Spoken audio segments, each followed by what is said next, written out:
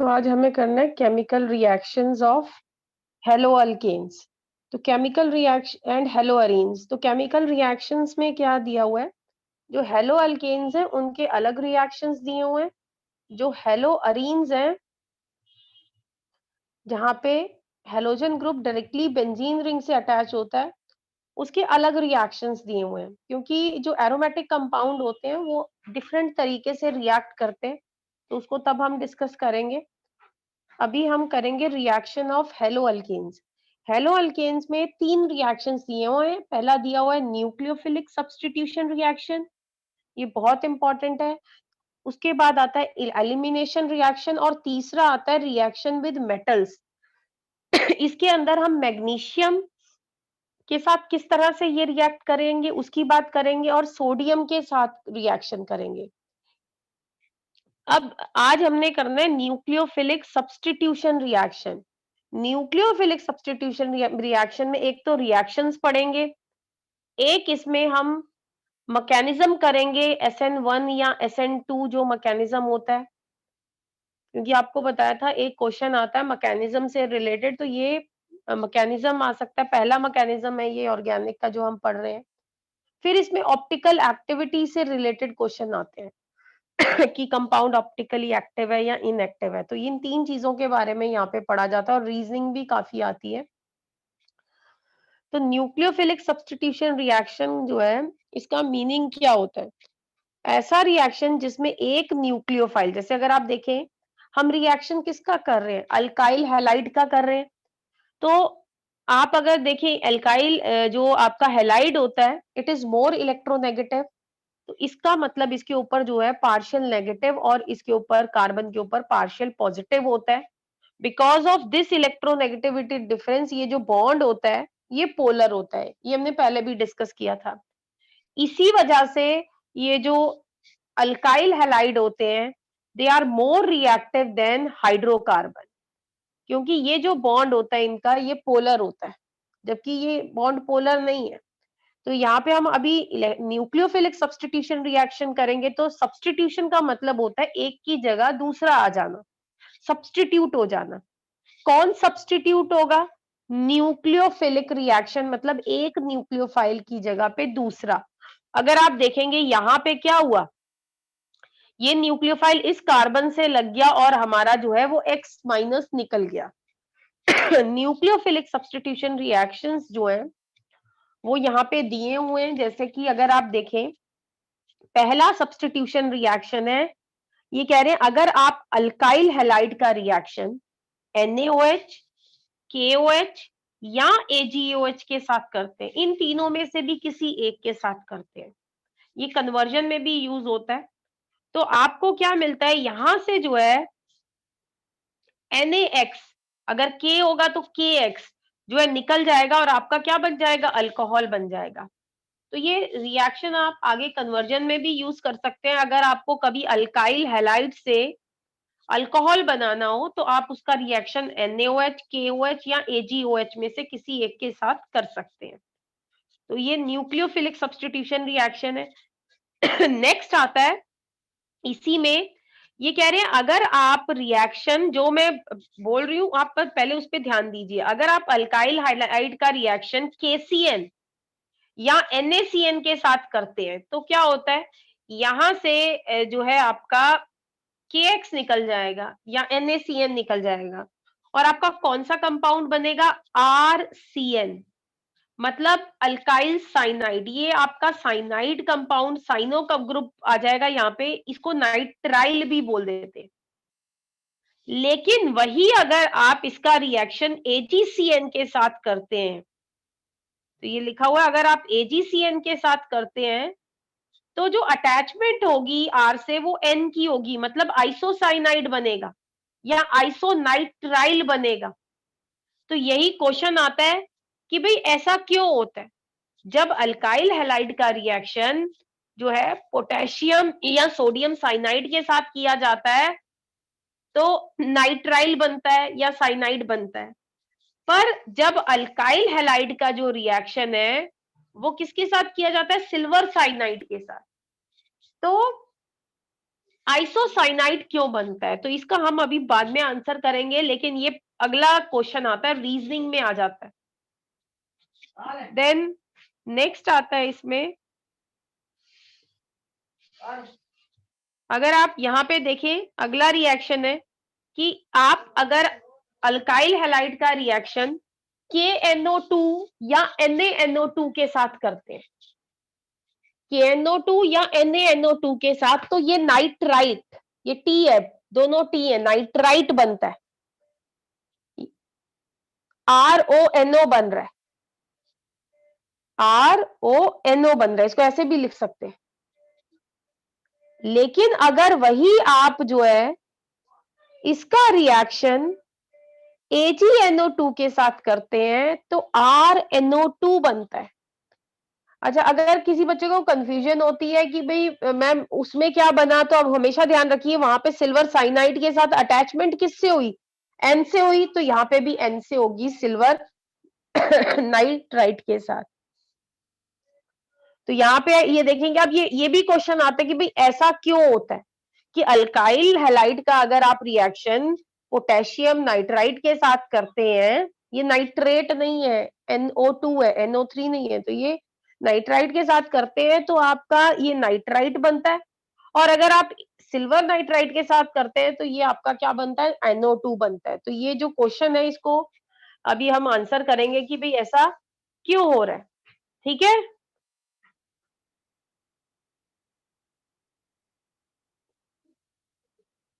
तो कह रही हूँ ठीक है, समझ आ गया ये? Yes ma'am.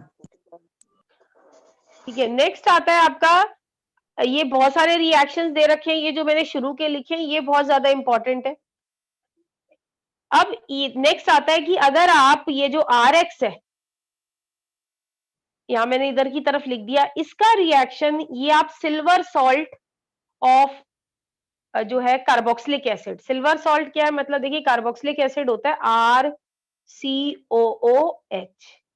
अगर मैं ये H हटाकर, क्योंकि H अगर ये डोनेट कर दे तो ये सॉल्ट बन जाएगा, अगर मान लो ये Na है तो this is sodium salt of carboxylic acid.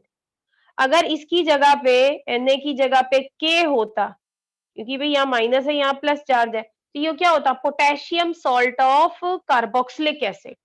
अब यहाँ पे कौन सा मेटल है, यहाँ पे सिल्वर है तो ये आपका क्या बनेगा, silver salt of carboxylic acid. तो ये कह रहे हैं कि अगर आप इसका रिएक्शन RX के साथ करते हैं तो यहां से भी AgX निकल जाएगा, और आपका ये क्या बन जाएगा, ये R बराबर हो भी सकता है और नहीं भी, ये R और R डैश, तो ये क्या बनेगा, R डैश COOR, ये एस्टर बन गया। तो ये रिएक्शन दिया हुआ है इसलिए मैंने लिखा है, मेन जो है जो आपको बताए हैं वो काफी इंपॉर्टेंट है, तो ये आपको पता होना चाहिए। वैसे बाकी ये जो फिफ्थ रिएक्शन में करवा रही हूँ इसको नीचे तक मत देखिएगा, पहले धीरे धीरे हम स्टेप बाय स्टेप चलेंगे। ये रिएक्शन अमीन चैप्टर जो लास्ट चैप्टर है उसमें है, बहुत इंपॉर्टेंट है। अब ये देखिए, ये कह रहे हैं अगर आप अल्काइल हैलाइड का रिएक्शन अमोनिया के साथ करते हैं तो क्या होता है, तो क्या होता है, यहां से HX निकल जाता है। तो यहाँ पे मैंने ड्रॉ नहीं किया, आप जो है जरूर इसको जो है ऐसे नहीं, अगर आपको ना समझ में आए कि HX निकल जाता है तो ये क्या बन जाता है, अमीन, 1 डिग्री अमीन, ये होता है आपका 1 डिग्री अमीन। इसमें 2 हाइड्रोजन लगे हुए हैं, ये 1 डिग्री अमीन है, ये अमोनिया है ये वाला।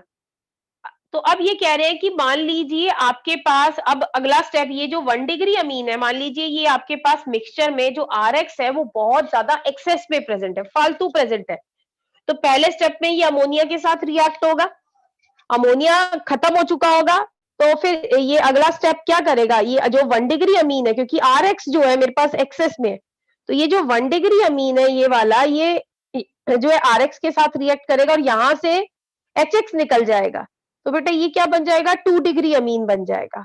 ये रिएक्शन यही नहीं रुकेगा, क्योंकि जो RX है मेरे पास, RX ये फालतू अमाउंट में प्रेजेंट है, तो ये जो 2 डिग्री अमीन है, ये जो फालतू RX है इसके साथ भी रिएक्ट होगा। जब ये इसके साथ रिएक्ट होगा, ये देखिए ये 2 डिग्री अमीन है, ये रिएक्ट होगा, तो इससे क्या बनेगा, 3 डिग्री अमीन बनेगा, तीनों जगह पे R आ जाएगा नाइट्रोजन के। अब क्योंकि अभी नाइट्रोजन के पास लोन पेयर है, अभी भी ये न्यूक्लियोफाइल है।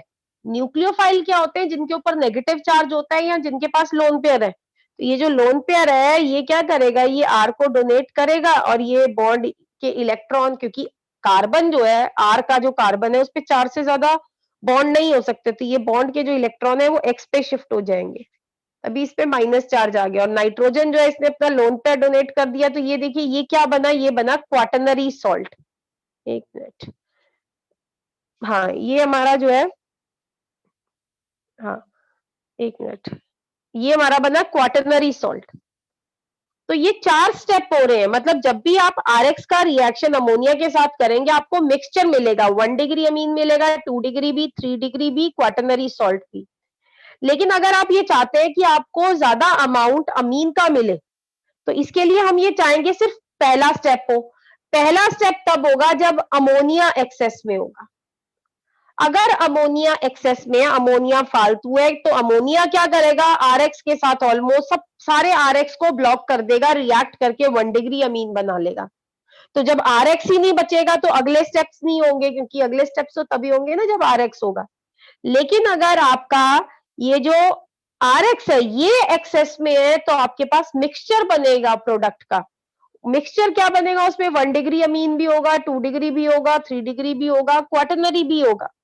लेकिन अगर आप अमोनिया एक्सेस में लेंगे तो सिर्फ पहला स्टेप होगा, क्योंकि आरएक्स जो है वो ऑलमोस्ट खत्म हो चुका होगा इस वजह से। तो ये जो रिएक्शन है ये हम आगे यूज करेंगे, अमीन्स में पढ़ाया जाएगा आप लोगों को। ये समझ में आया? Yes ma'am. Yes ma'am. ठीक है। अब लास्ट एक आता है, ये भी हम अल्कोहल में करेंगे, ईथर्स में। इसमें भी आरएक्स का रिएक्शन ये कर रहे हैं NaOR डैश, मतलब आपको पता है ROH क्या होता है? अल्कोहल होता है, या इसे R डैश कह दे। तो ये अगर H हटा दिया जाए तो ये बनता है सोडियम। ये जो ग्रुप होता है इसे अल्कोक्साइड बोलते हैं, तो ये बनता है सोडियम अल्कोक्साइड। तो ये कह रहे हैं अगर आप इसका रिएक्शन करेंगे, इसे हीट करेंगे, तो यहां से क्या होगा? NaX निकल जाएगा। तो यहाँ पे अगर आप देखेंगे NaX निकल जाएगा, ये ROR डैश बन जाएगा और इस ग्रुप को हम बोलते हैं ईथर। तो ये विलियमसन सिंथेसिस है। मान लीजिए अभी आपको याद ना होता हो तो कोई बात नहीं, हम आगे यूज करने वाले हैं।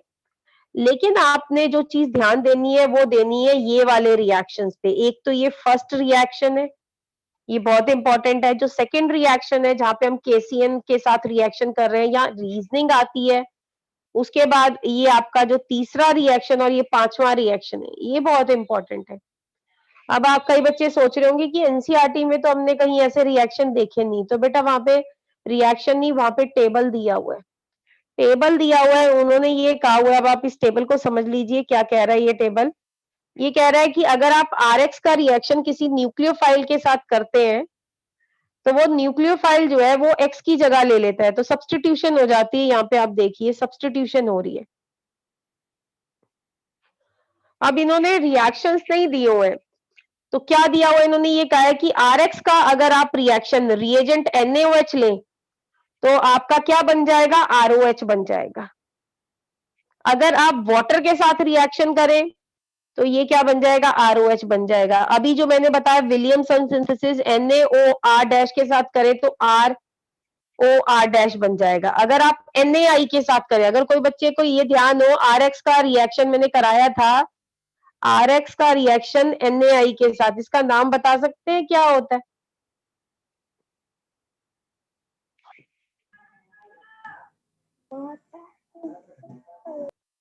ये किया था हमने, आरएक्स का रिएक्शन NaI के साथ। कौन सा रिएक्शन? हेलोजिनेशन में नाम था इस रिएक्शन का, फिंकलस्टीन। Yes ma'am. हाँ एक्सचेंज हेलोजन। हाँ, लेकिन फिंकलस्टेन, क्योंकि एक्सचेंज हेलोजन में 2 रिएक्शन देखते, फिंकलस्टेन, एक थे स्वर्ट रिएक्शन। तो ये फिंकलस्टेन है। तो मैंने आपको कहा कई चीजें रिपीट हो रही हैं, तो ये भी एक तरह का न्यूक्लियोफिलिक सब्स्टिट्यूशन ही है। ठीक है। तो उसके बाद अमोनिया के साथ आपको बताया, तो अमोनिया के साथ चारों स्टेप इन्होंने बताए हुए हैं कि अमोनिया के साथ क्या बनेगा? 1 डिग्री अमीन। अगर RX का रिएक्शन 1 डिग्री अमीन के साथ होगा तो ये देखिए ये 1 डिग्री अमीन के साथ होगा, ये सॉरी, अगर हाँ ये 1 डिग्री अमीन के साथ होगा तो क्या बनेगा 2 डिग्री अमीन, अगर 2 डिग्री अमीन के साथ होगा तो 3 डिग्री अमीन बनेगा। तो ये इन्होंने लिखा है। बाकी KCN AgCN के साथ इन्होंने बताया है नाइट्राइल बनेगा या साइनाइड बनेगा, या फिर हम आइसोसाइनाइड, आइसोनाइट्राइल को आइसोसाइनाइड भी बोल देते हैं। ऐसे यही रिएक्शंस मैंने आपको बताए थे। KNO2 के साथ नाइट्राइट बनेगा और जो है AgNO2 के साथ नाइट्रो बनेगा। तो ये सेम चीजें उन्होंने वही लिखी हुई है। बाकी R-COOR, ये अभी मैंने आपको पीछे बताया था, तो इसके साथ एस्टर बनेगा। तो ये नहीं आपको मैंने बताया कि लिथियम एल्यूमिनियम हाइड्रेट के साथ अगर आप RX का रिएक्शन लिथियम एल्यूमिनियम हाइड्रेट के साथ करेंगे तो X की जगह पे H आ जाएगा। मतलब मान लीजिए आपके पास क्लोरोमीथेन है, तो इससे क्या बन जाएगा, मीथेन बन जाएगा।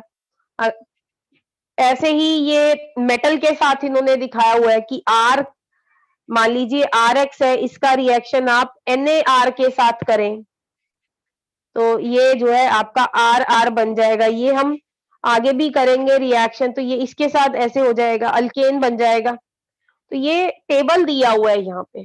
तो जैसे कई सोचे कि ये तो इतने सारे रिएक्शन तो हमने किए नहीं, तो उन्होंने टेबुलर फॉर्म में दिया हुआ है क्योंकि बहुत सारे हैं।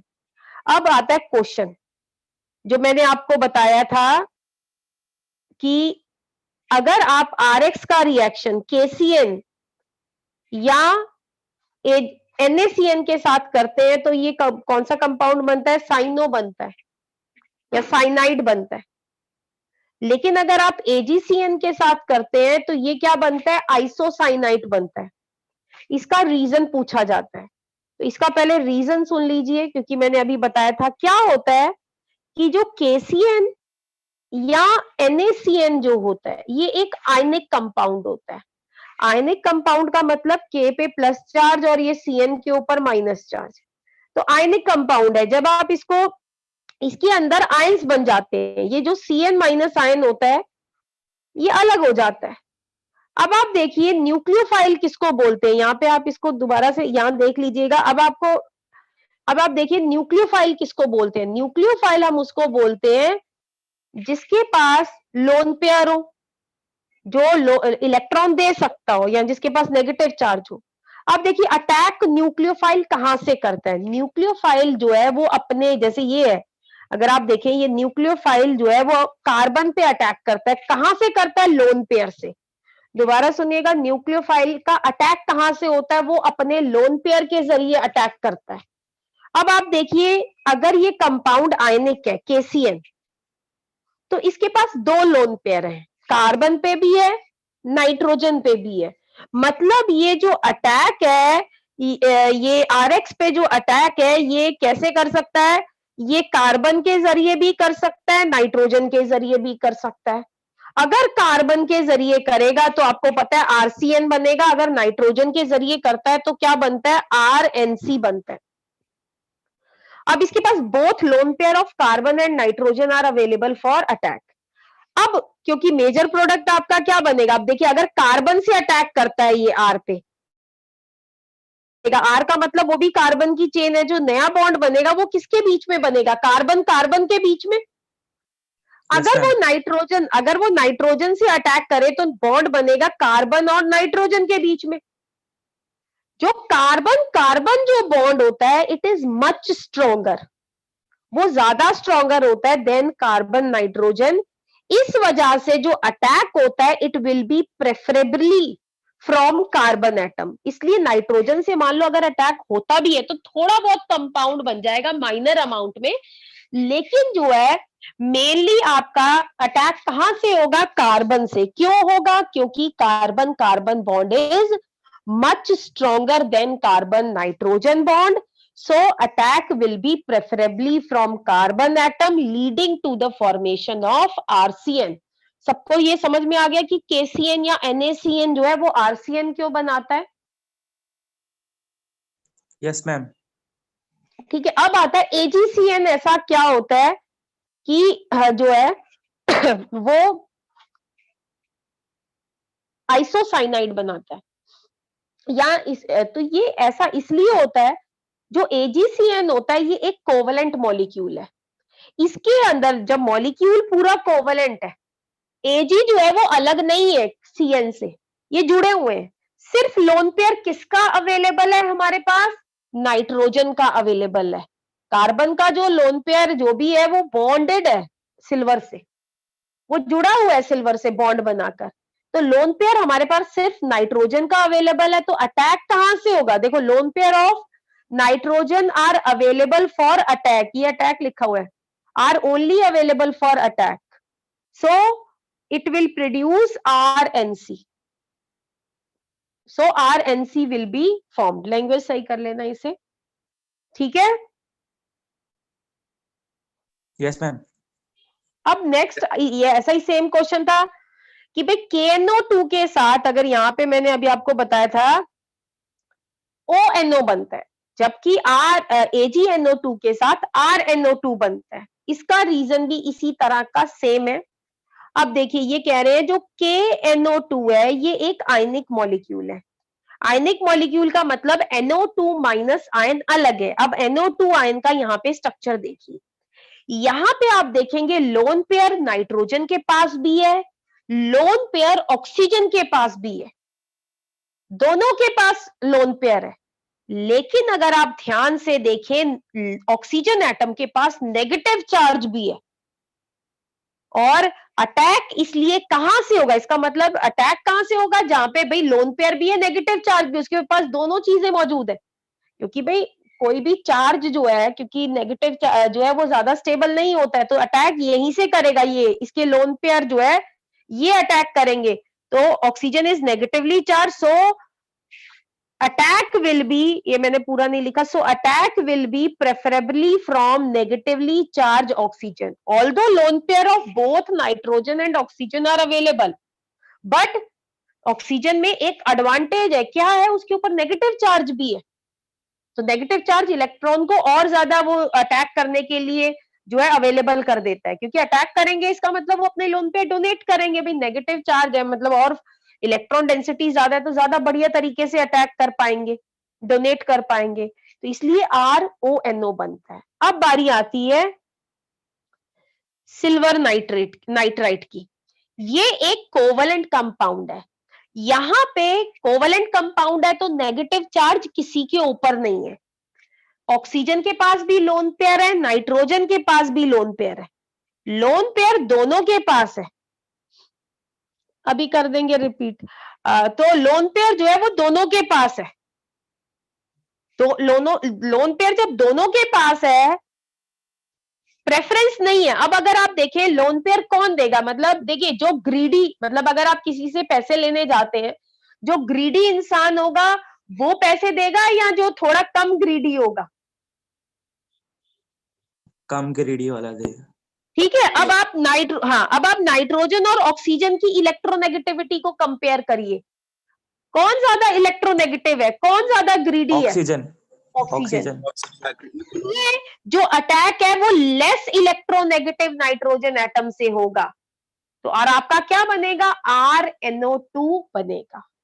समझ आ गया ये? Yes ma'am.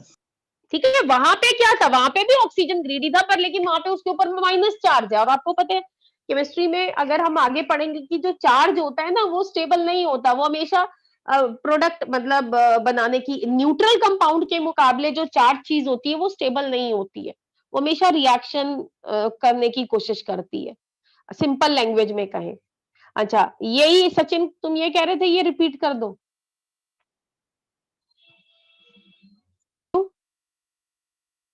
में क्या होता है, जब आप KNO2 या NaNO2 के साथ रिएक्शन करते हैं तो RONO बनता है। जब वही आप सिल्वर नाइट्राइड के साथ करते हैं तो RNO2 नाइट्रो कंपाउंड बनता है। अब ऐसा क्यों होता है? बिकॉज जो KNO2 होता है ये एक आयनिक मॉलिक्यूल है। जब ये एक आयनिक मॉलिक्यूल है तो NO2 आयन अलग होगा। तो यहां पे अगर आप ध्यान से देखें, भाई न्यूक्लियोफिलिक अटैक होना है, कौन करेगा अटैक? लोन पेयर करेंगे। लोन पेयर तो नाइट्रोजन के पास भी अवेलेबल है, ऑक्सीजन के पास भी अवेलेबल है, but oxygen has negative charge, lone pair भी है, नेगेटिव चार्ज भी है, तो attack will be, so attack, यहाँ पे अटैक लिखेंगे, so attack will be preferably from negatively charge oxygen atom leading to the formation of RONO। लेकिन जब क्या होगा, आपके पास सिल्वर नाइट्राइट होगा तो it will be it is a covalent molecule. अब अटैक लोन पेयर ने करना है, lone pair of both nitrogen, ये वाला nitrogen and oxygen are available for attack. तो यहाँ पे मैंने आपको बताया था कि यहाँ पे हम देखेंगे कौन सा ज्यादा ग्रीडी पर्सन है। यहाँ पे अगर आप देखें ऑक्सीजन ज्यादा ग्रीडी है क्योंकि वो ज्यादा इलेक्ट्रोनेगेटिव है देन नाइट्रोजन। तो अटैक कौन करेगा भाई, जो लेस ग्रीडी होगा। अगर आप किसी से पैसे लेने जाते हैं और दो इंसान है, एक ज्यादा ग्रीडी है, तो जो चांसेस क्या है, जो ज्यादा ग्रीडी है वो आपको जो पैसे उधार नहीं देगा। तो इसी तरह से ऑक्सीजन ज्यादा ग्रीडी है, हालांकि दोनों के पास लोन पेयर है, दोनों के पास से आपको मदद मिल सकती है, दोनों अटैक कर सकते हैं, पर जो लेस ग्रीडी है वही तो देगा। और लेस ग्रीडी कौन है, लेस इलेक्ट्रोनेगेटिव कौन है, नाइट्रोजन है। तो अटैक कहां से होगा, नाइट्रोजन से होगा, और नाइट्रोजन जो है वो आर के साथ जो है वो जुड़ जाएगा। यहाँ पे आप देखेंगे फिर नाइट्रोजन जो है ये जुड़ जाएगा, एक्स निकल आएगा। ठीक है, यस मैम। ये जो है ना, अगर किसी बच्चे को मेरी लैंग्वेज में और ज्यादा आपने ढंग से समझना हो तो यहाँ पे ये देखिए, ये एक्सप्लेनेशन दी हुई है, आप इसको रीड कर लेंगे। बाकी वो जो है उसपे एक आधी जो है जैसे मैंने कहीं पे लिखने में मिस कर दिया तो वो आप कर लीजिएगा। तो बाकी ये देखिए, यहाँ पे अगर आप प्रॉपर एक्सप्लेनेशन दोबारा से आप समझना चाहें तो यहाँ से लिख सकते हैं, बाकी आंसर आप उसी टाइम में छोटा सा लिख सकते हैं। तो यहाँ पे अगर आप देखें तो इन्होंने वो बनाया भी हुआ है कि अटैक कहाँ से होगा, कार्बन से होता है, सिल्वर में अटैक जो है वो नाइट्रोजन से होगा। ये मैकेनिज्म टाइप का इन्होंने जो है बनाया हुआ है। देन आगे आता है आपका इसका नाइट्राइट आयन का, वो भी इन्होंने बताया हुआ है, तो वो आप कर लीजिएगा। तो यहाँ पे सिल्वर नाइट्रेट और उसका बताया हुआ है। तो ये आपकी एक्सप्लेनेशन दी हुई है, वैसे तो मैंने बता दी है वहां पे लैंग्वेज वाइज, तो आप इस एक्सप्लेनेशन को दोबारा से पढ़ लें अगर आपको नहीं समझ में आता है। अच्छा, नेक्स्ट मैंने आपको क्या कहा था कि पहला जो है हम न्यूक्लियोफिलिक सब्स्टिट्यूशन में रिएक्शंस की बात करेंगे। दूसरा मैंने बताया था कि हम SN1 मैकेनिज्म की बात करेंगे। तो मैकेनिज्म से पहले हम बात करेंगे ऑप्टिकल एक्टिविटी की। ये कॉल कट होगी तो आप दोबारा ज्वाइन करेंगे क्योंकि हम कंप्लीट करेंगे थोड़ा सा ये ऑप्टिकल एक्टिविटी की। रिएक्शंस पढ़ेंगे, रिएक्शन पढ़ ली हमने। तो SN1 SN2 में ऑप्टिकल एक्टिविटी यूज होने वाली है, वैसे भी ये टॉपिक दिया हुआ है तो पहले हम ये पढ़ेंगे। SN1 SN2 बुक में अगर आप देखेंगे वो पहले दिए हुए हैं, बाद में optical activity I think mention है, तो लेकिन हम पहले करेंगे ऑप्टिकल एक्टिविटी, तभी SN1 SN2 में कुछ पॉइंट है, एक पॉइंट है, ज्यादा नहीं, वो समझ में आएगा। ये आपको ध्यान होगा, मैंने जो है आपको कोऑर्डिनेशन कंपाउंड में बताया था, ये एक पोलरीमीटर का ओवरऑल जो है स्ट्रक्चर टाइप का बना हुआ है। पोलरीमीटर क्या होता है, जिसमें हम ये पता लगाते हैं कि कंपाउंड जो है अगर वो ऑप्टिकली एक्टिव है तो वो डेक्स्ट्रो रोटेटरी है या वो लीवो रोटेटरी है। मतलब वो प्लेन ऑफ पोलराइज लाइट को राइट साइड रोटेट कर रहा है, कितने एंगल से रोटेट कर रहा है, तो वो पता लगाते हैं। तो यहाँ पे हम क्या करते हैं, ये लाइट है, लाइट आपको पता है ये अनपोलराइज्ड लाइट है, सारी डायरेक्शन में जाती है। इसे निकोल प्रिज्म होता है एक तरह का, ये पोलराइजर है, इससे पास करते हैं तो ये लाइट एक प्लेन में आ जाती है। फिर ये पोलरीमीटर होता है, इस पोलरीमीटर में मैं वो कंपाउंड लेती हूँ जिसका मैं पता लगाना चाहूँ कि ये ऑप्टिकली एक्टिव है या नहीं है, इनएक्टिव है। क्योंकि अगर ऑप्टिकली इनएक्टिव होगी तो ये जो लाइट है इसका प्लेन रोटेट ही नहीं करेगा, लेकिन अगर ऑप्टिकली एक्टिव होगा, जब ये लाइट इधर को पास होगी, जानी चाहिए थी सीधी, लेकिन अब ये देखिए यहाँ पे डैश से आपको दिख रहा है ना, तो ये रोटेट हो जाएगी। अब ये रोटेट हो जाएगी, हमें दिखेगी कैसे, यहाँ पे प्रिज्म होता है, इसकी भी रोटेशन देखी जाती है प्रॉपर लाइट निकलते हुए, तो वो अभी हम एक्सप्लेन नहीं करेंगे ज्यादा, वो आपको पहले भी बताया था। तो यहाँ पे एंगल पता लग जाता है कि राइट की तरफ घूम रही है तो प्लस एंगल लेते हैं, लेफ्ट की तरफ घूम रही है तो माइनस लेते हैं, तो ये हमने पहले भी कर लिया था, तो ये नहीं आएगा। क्योंकि बहुत पहले जो है ऑप्टिकल एक्टिविटी जो थी कोर्स में थी, अलग चैप्टर था। अभी हम सिर्फ कायरलिटी करेंगे। अब देखिए ऑप्टिकली एक्टिव जो कंपाउंड्स होते हैं, जो कौन से कंपाउंड जो प्लेन पोलराइज लाइट के प्लेन को क्या कर सके, रोटेट कर सके, या तो लेफ्ट की तरफ रोटेट कर सके। मान लीजिए ये प्लेन पोलराइज लाइट है, वो जो कंपाउंड है उसने इसको लेफ्ट राइट की तरफ रोटेट कर दिया, तो कितने एंगल से किया, मान लीजिए अल्फा एंगल से किया, तो या तो वो लेफ्ट की तरफ रोटेट कर देगा लाइट के प्लेन को, घुमा देगा, या वो क्या करेगा, इसको ये वो राइट था, ये लेफ्ट की तरफ रोटेट कर दिया। वो क्लॉकवाइज भी, ये एंटी क्लॉकवाइज है, ये क्लॉकवाइज था। तो ऐसे कंपाउंड जो कि रोटेट करते हैं प्लेन ऑफ पोलराइज लाइट को, उनको हम कायरल कंपाउंड्स भी बोलते हैं, या हम बोलते हैं ऑप्टिकली एक्टिव कंपाउंड।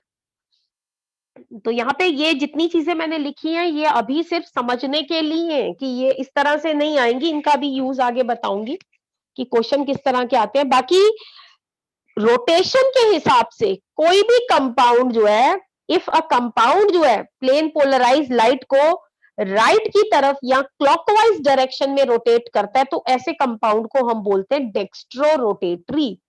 और डेक्स्ट्रो रोटेटरी को स्मॉल डी से लिखा जाता है, स्मॉल डी।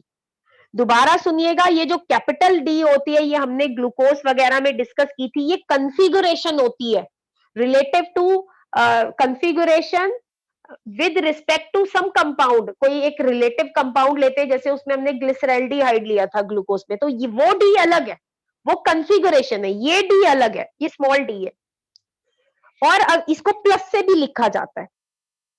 और जो कंपाउंड लेफ्ट की तरफ रोटेट करता है उसको हम लीवो रोटेटरी बोलते हैं, या उसको एल फॉर्म बोलते हैं या उसको माइनस फॉर्म भी बोल देते हैं।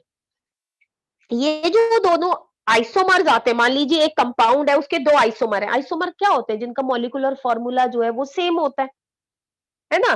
तो ऐसे आइसोमर जिनमें मान लो एक आइसोमर प्लस है और एक माइनस है, उनको हम ऑप्टिकल आइसोमर्स बोलते हैं। और ऑप्टिकल आइसोमर को भी इनेंशियोमर्स भी बोला जाता है। तो ये मैं अभी इनेंशियोमर आगे ढंग से बताऊंगी आपको। तो ये जो प्लस माइनस किसी भी कंपाउंड, जो भी कंपाउंड मान लो ऑप्टिकली एक्टिव है, अगर वो कंपाउंड ऑप्टिकली एक्टिव है मतलब उसके दो फॉर्म होंगे, एक होगा डेक्स्ट्रो, एक होगा लेवो। जैसे ग्लूकोज का मैंने बताया था, ग्लूकोज का एक प्लस ग्लूकोज था जो नेचर में पाया जाता है, और एक क्या है, माइनस ग्लूकोज है, नेचुरली प्लस ग्लूकोज पाया जाता है। तो ये प्लस ग्लूकोज है और क्या है आपका माइनस ग्लूकोज है। ये दोनों आपस में क्या है, इनके बीच में रिलेशनशिप क्या है, दे आर ऑप्टिकल आइसोमर। ठीक है, या ये कह दे कि दे आर इनेंशियोमर। तो दे आर ऑप्टिकल आइसोमर।